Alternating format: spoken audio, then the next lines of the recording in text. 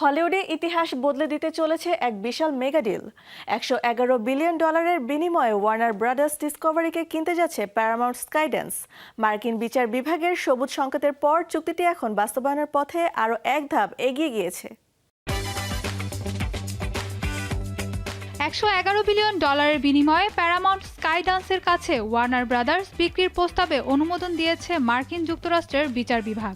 এই সিদ্ধান্তকে হলিউডের বড় একটি কর্পোরেট পরিবর্তনের গুরুত্বপূর্ণ ধাপ হিসেবে দেখা হচ্ছে, যা বিশ্বের বিনোদন শিল্পের কাঠামো বদলে দিতে পারে।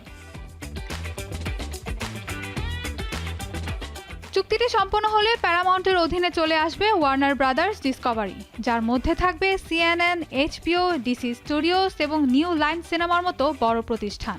পাশাপাশি প্যারামাউন্টের নিজস্ব সম্পদ প্যারামাউন্ট পিকচার্স, CBS, নিকলোডিয়ান এবং শো টাইমের সঙ্গে মিলিয়ে একটি বিশাল মিডিয়া সাম্রাজ্য তৈরি হবে।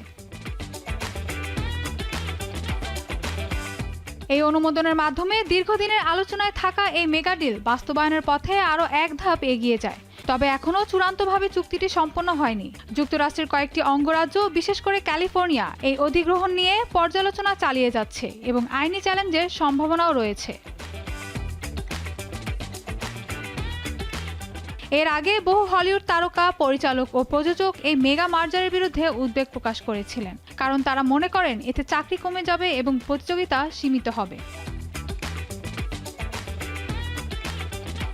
অন্যদিকে প্যারামাউন্ট কর্তৃপক্ষ এই চুক্তির মাধ্যমে তারা খরচ কমাতে পারবে এবং বৈশ্বিক বিনোদন বাজারে আরও শক্তিশালী অবস্থান তৈরি করতে পারবে। বিচার বিভাগ জানিয়েছে, তাদের তদন্তে দেখা গেছে এই অধিগ্রহণ প্রতিযোগিতার জন্য ক্ষতিকর হবে না, বরং ভোক্তা ও কর্মীদের জন্য নতুন সুযোগ তৈরি করতে পারে। সব মিলিয়ে অনুমোদন পেলেও এই মেগা ডিল এখনও পুরোপুরি বাস্তবায়নের অপেক্ষায় রয়েছে এবং হলিউড ইন্ডাস্ট্রির ভবিষ্যৎ দিক নির্দেশনা এখন এই চুক্তির পরবর্তী সিদ্ধান্তের উপর নির্ভর করছে। Mahbuba Mostarin, showbiz tonight.